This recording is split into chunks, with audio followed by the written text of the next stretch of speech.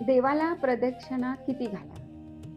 तर कोणत्या देवाला किती प्रदक्षिणा घालाव्यात हे आपल्या धर्मशास्त्रामध्ये सांगितलेलं आहे. धर्मशास्त्रामध्ये असं सांगितलंय की प्रदक्षिणाची जी संख्या आहे, ती संख्या त्या देवांचे संदर्भ, त्या देवांचं रूप, त्या देवांची कार्य यांना अनुसरून सांगितलेली आहे. आता दत्तगुरू म्हटलं तर ते त्रिगुणात्मक आहे. त्यामुळे दत्तगुरूंसाठी 3 प्रदक्षिणा सांगितलेल्या आहेत. गणेशाची प्रदक्षिणा म्हटलं तर गणेश पण तिन्ही लोकांमध्ये आहे, म्हणून गणपतीला सुद्धा 3 प्रदक्षिणा सांगितलेल्या आहेत. आता हनुमंतराय आहेत, ते 11वे रुद्र आहेत. महादेव हे सुद्धा रुद्र आहेत. शनी महाराज हे सुद्धा रुद्रच आहेत. त्यामुळे हनुमंताला, महादेवांना किंवा शनी महाराजांना 11 प्रदक्षिणा घालण्याचं धर्मशास्त्रात सांगितलेलं आहे. आता सूर्यदेव यांना 12 नमस्कार घालतो.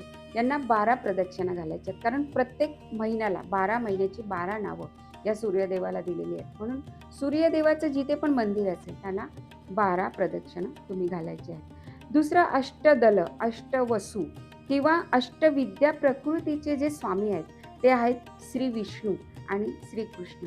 यांच्यावर 8 आकड्याचा अंमल आहे. त्यामुळे श्रीकृष्ण किंवा श्री विष्णू भगवंत यांना 8 प्रदक्षिणा घालाव्यात असं धर्मशास्त्रात सांगितलेलं आहे.